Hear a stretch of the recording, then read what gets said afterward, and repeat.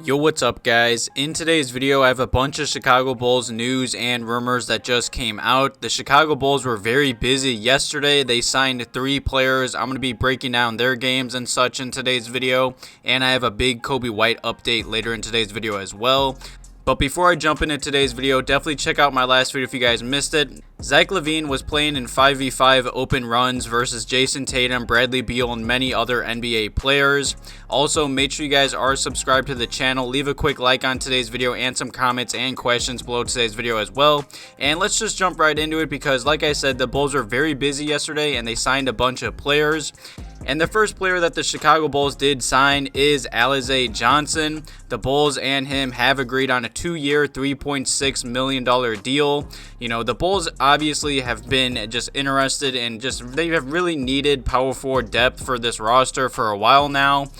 And I'm going to be honest, I really wanted Paul Millsap, but I am not mad with this signing at all. You know, Johnson is very solid. He's very young still. I'd say the only problem with his game is that he really hasn't played that many minutes or that many games in the NBA.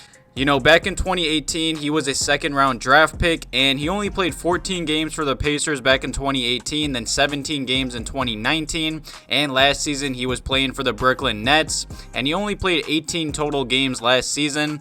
And in those 18 games, he only played about 11 minutes a night. But in those 11 minutes, he played very solid. He even had some big games. And in those 11 minutes, he put up about 5 points per game, shooting about 59% from the field, only 16% from 3. And he also averaged 5 rebounds, an assist, and almost a steal and a block a game as well. You know, he is a 6'7" power forward. He's only 25. I mean, the Bulls signed him to a cheap deal. He's a very high energy motor off the Bulls bench. He's cheap, good defender, good rebounder. He's also had a few big games in the NBA. Like I said, he really hasn't played that many minutes or games, but when he does get playing time, he puts up numbers. I mean, just in March versus the Utah Jazz, he put up 23 points and 15 rebounds. So if he does get playing time, he can put up great numbers. I'm really happy that he will be the Bulls' backup power forward. You know, the Bulls were interested in Paul Millsap, LaMarcus Aldridge. The power forward rumors just kept coming out. I saw that Brooklyn did cut him to sign LaMarcus Aldridge and Paul Millsap, and I'm happy that the Bulls did pick him up. I saw a lot of Bulls fans wanting the Bulls to sign him. You know, like I said, he wasn't my number one option. Paul Millsap was, I'm not going to lie, but he's a great backup option. You know, he hasn't played that many games, but when he does play and gets minutes, he plays pretty solid. So I'm definitely very interested to see what he can do in this upcoming season for the Bulls. Definitely leave some comments and questions below today's video about the first player the Bulls have signed. And the second player the Bulls did sign yesterday was Stanley Johnson. And I'm going to be honest, this signing kind of surprised me. I mean, the Bulls at the small forward position is loaded. You could say Patrick Williams. I do expect him to start at the 4. They have Troy Brown Jr. And just last week, they traded Markkanen for Derrick Jones Jr. And now we have Stanley Johnson as well. You know, newest Chicago Bulls, Stanley Johnson, did put up 36 points and 10 rebounds in a game last season against the Chicago Bulls.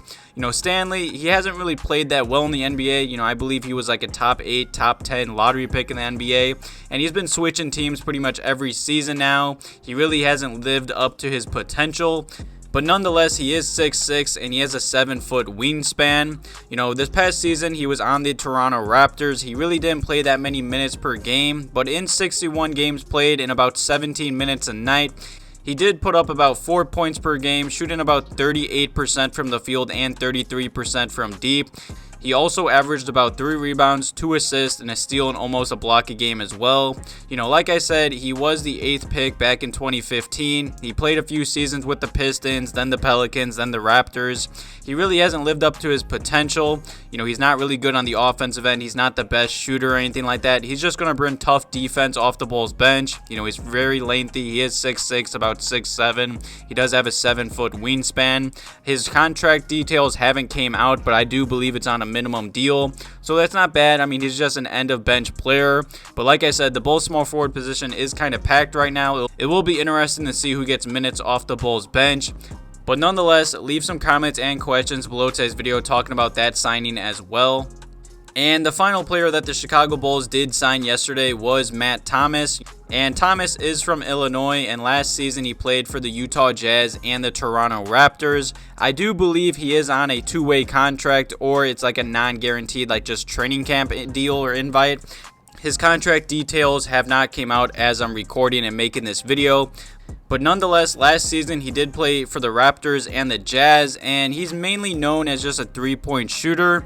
You know, for the Raptors, before he did get traded to the Jazz, in about 26 games played, he played about 7 minutes a night. He really didn't put up that many points or nothing, but he did shoot 41% from deep. You know, that's what he's known for. He's a three-point shooter. But when he did get traded or cut to the Jazz, he only shot about 26% from deep. You know, that's not good at all. He is a 6'5" shooting guard. He's 27 years old. Like I said, this is either a two-way contract or a training camp invite. I'd have to bet just a training camp invite to get some bodies in there. I don't expect him to make the Bulls roster. I mean, the Bulls are already way too heavy at the guard position. And we really don't need another guard off the Bulls bench since we got Coby White, Alex Caruso, and others. But nonetheless, leave some comments and questions below today's video about that signing as well. And the final topic in today's video I want to talk about is Coby White. And I feel like a lot of Bulls fans kind of just forgot about Coby White. But Coby White recently has been posting on his Instagram and his Instagram story that he has been at the Advocate Center over the past couple of days. Patrick Williams and Troy Brown Jr. have been there as well. You know, you love to see a few young guys in the gym in Chicago working out before training camp starts. I mean, training camp doesn't start for another about like 20 days as I'm recording this video. So it's nice to see guys already in the gym together, even if Coby White is rehabbing. But nonetheless, it's great to see that Coby is in the gym trying to get better. You know, of course, still rehabbing from his shoulder injury.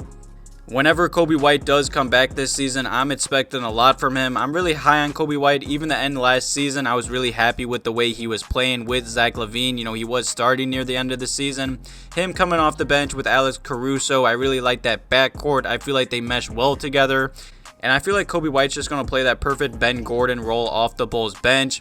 So definitely leave some comments and questions below today's video talking about all the players the Chicago Bulls did sign yesterday. They were very busy yesterday. I'm pretty happy with all the signings. I'm very excited for this upcoming season. The Bulls finally got a backup power forward. I really don't expect Stanley Johnson to get any minutes, but if he does, he'll be a solid defender out on the court. I'm really excited for Coby White to come back as well.